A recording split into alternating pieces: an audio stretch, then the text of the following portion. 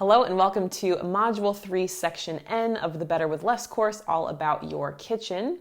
The kitchen is a place that we spend a lot of time every day, but when it is very cluttered, it makes it much less fun to be there and we're more likely to eat out or make unhealthy choices, and we can just have a lot more stress than we really need. And I want you to be excited about being in your kitchen again and just have a sense of openness. So in today's lesson, I'll be sharing a good decluttering workflow for you as far as the process for going through your kitchen and walk through specific strategies for 7 different types of kitchen-related clutter.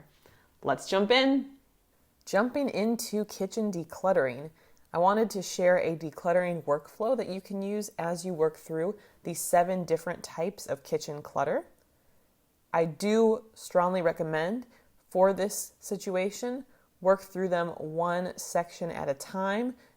As tempting as it is to gut the entire kitchen and just, work through it all at once, that is also the recipe for overwhelm. And I'd rather you work through one type of clutter, succeed at it, decide if you want to continue that day or not, or if you wanted to wait till the next day to continue, and work through them methodically.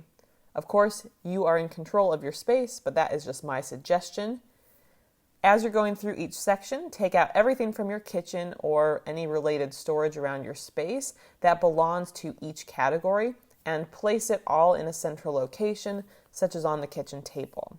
So for example, go through all the appliances, sort through them, then go through the cookbooks, then your dishes, work through the different categories. If they're all in one central location, it's easy to see how much you actually have, and to see it all in one place can make it easier to decide, hey, I'm going to let go of this, or this does not matter as much to me as this one does. You're going to work through the different prompts and questions on the upcoming slides with your items. You can return the items you plan to keep in the ideal or most optimal location for them. This may be where you were previously storing it or not. Let's think optimally. You can choose to set aside maybe items for a certain period of time or put them to the test. Since the kitchen is really about use and functionality, let's try using the items that we're not sure about to see if it's worth it or if we enjoy it. Action brings clarity. And then for any of your no items that you realize are no longer valuable, let's declutter those. You can donate, sell, maybe repurpose depending upon the item, or discard these items. Let's jump in. First category to address are appliances and gadgets. 2 things we must consider. What is the purpose or use of this particular gadget? Is there a necessary purpose in your cooking that is fulfilled by this gadget or appliance? Also, is there anything else that can serve the same purpose? It's very common for kitchen appliances to be multi-purpose. Some devices are both kind of a blender and a food processor. There are air fryers that are also toaster ovens. There are pressure cookers that can also be slow cookers and rice cookers. For the appliances that you have, could you let go of some of them in favor of keeping fewer multi-purpose appliances? We also want to reflect about the frequency of use. How often do you use this appliance? Daily, weekly, monthly, yearly? Maybe you haven't used it in as long as you can remember. Since these appliances are meant to be used, we can use the frequency of use to determine whether or not it's worth keeping. And the best way to get clarity is to try it out. If you're not sure whether you should keep an appliance or not, or maybe it's something that your fantasy self or your ideal self purchased because, oh yeah, I definitely want to use this appliance because this is how I'm going to start cooking. Let's try it. When you try it, you'll either realize that it's awesome and you'll be confused why you weren't using it earlier, or you'll realize that it's not actually a good fit for you, and then you can more freely let it go. Cookbooks. Couple questions to ask ourselves. Does this cookbook reflect your food values? Many people change up their diet throughout their life and may find that cookbooks they previously used are no longer relevant with their current lifestyle choices. Also, sometimes cookbook recipes are more so for our fantasy selves. We think we might eat healthier than we actually do. Are the recipes in the book recipes that you'll actually make? You can reflect about how often you use this cookbook. Is this a weekly or monthly thing, or has it not been touched for over a year? You also might want to consider, are you using the whole book or just a few recipes? As a way to save space, especially if you have a lot of cookbooks and you're only using a handful of recipes, could you remove the pages that are most helpful to you that you do use, or photocopy them and put them in a binder or folder rather than needing all of these different cookbooks? If you're unsure about what to keep, consider doing some recipe testing. Work through a few recipes from the book. Maybe try to do 5 recipes in a book to decide if it's worth keeping. And again, putting it to the test, taking action is going to bring about clarity for you. You also could consider, you know what? If I've got, let's say, 10 cookbooks here, what are my top 2 or 3 that I return to most?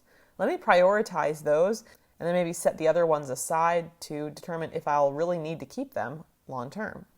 Next up, dishes and cookware. Once again, frequency of use is something we want to reflect about. If you're not using it regularly, why? Why is it? Do you have something else you prefer using instead? Do you not use them because you think they're too nice? Are they more difficult to clean? Are you saving them just for special occasions? What's the reasoning behind this? And could it be something you switch up? If they are your favorite plates, let's say we've got some decorative plates that you only use on holidays. Are they your favorite plates? If so, why not incorporate them more regularly? Or if you use them and they're more formal, but they're kind of a pain to clean, is it worth keeping them all year just to use them for a few times during the year and not even enjoy the cleaning process? Maybe you let those go. If you have some dishes or related items that have a sentimental connection, could you keep just a handful of these dishes and donate the rest, especially if you're not using them? So for instance, if it's a set of 8 or 12 dishes, could you keep 2 of them to maintain the sentimental connection? Likewise, if you have a china cabinet or other higher end dishware, does that need to be kept? Could you consolidate that a bit? Is it worth the space that it takes up?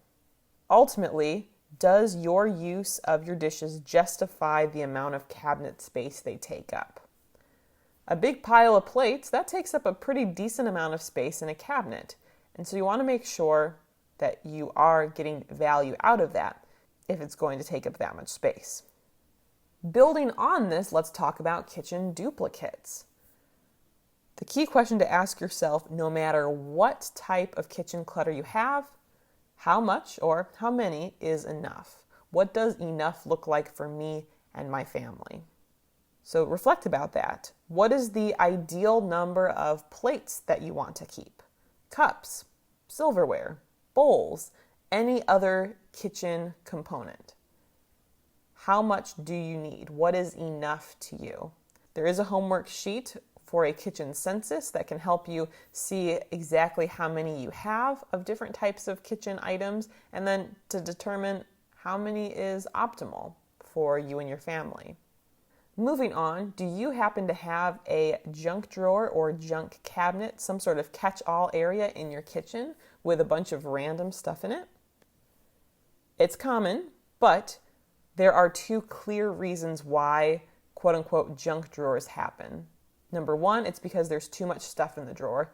Any drawer can be a junk drawer if there's too much in it and also too much random stuff.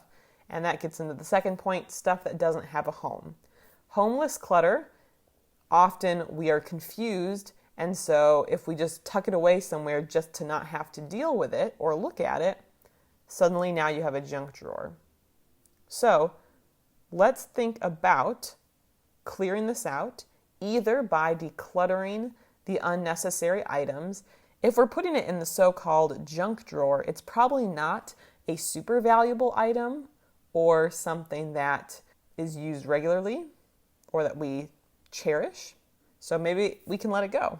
If it is more valuable, let's find a better home and a clearly defined home for these items so they've got a place to go. You could consider different organizational tools or drawer organizers, even like an extra silverware tray, could be helpful for organization if it is kind of an odds and ends situation. But if we can reduce the overall bulk of the drawer and have clear homes for items, then it's going to prevent this from feeling and looking like a junk drawer and can just be a regular drawer.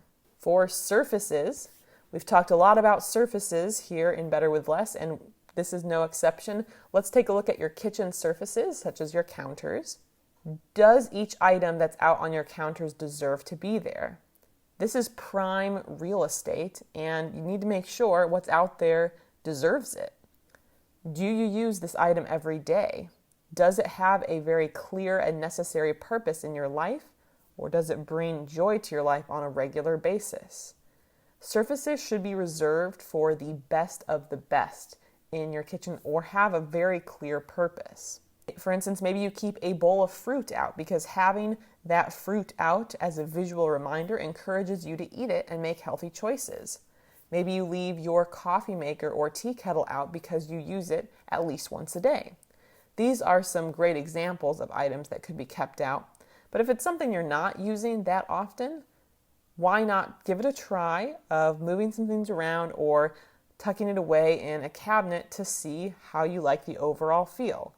I think you'll be surprised at how nice it feels when you're able to open up certain surfaces and how it can motivate you to be more creative in the kitchen later on, having that extra space.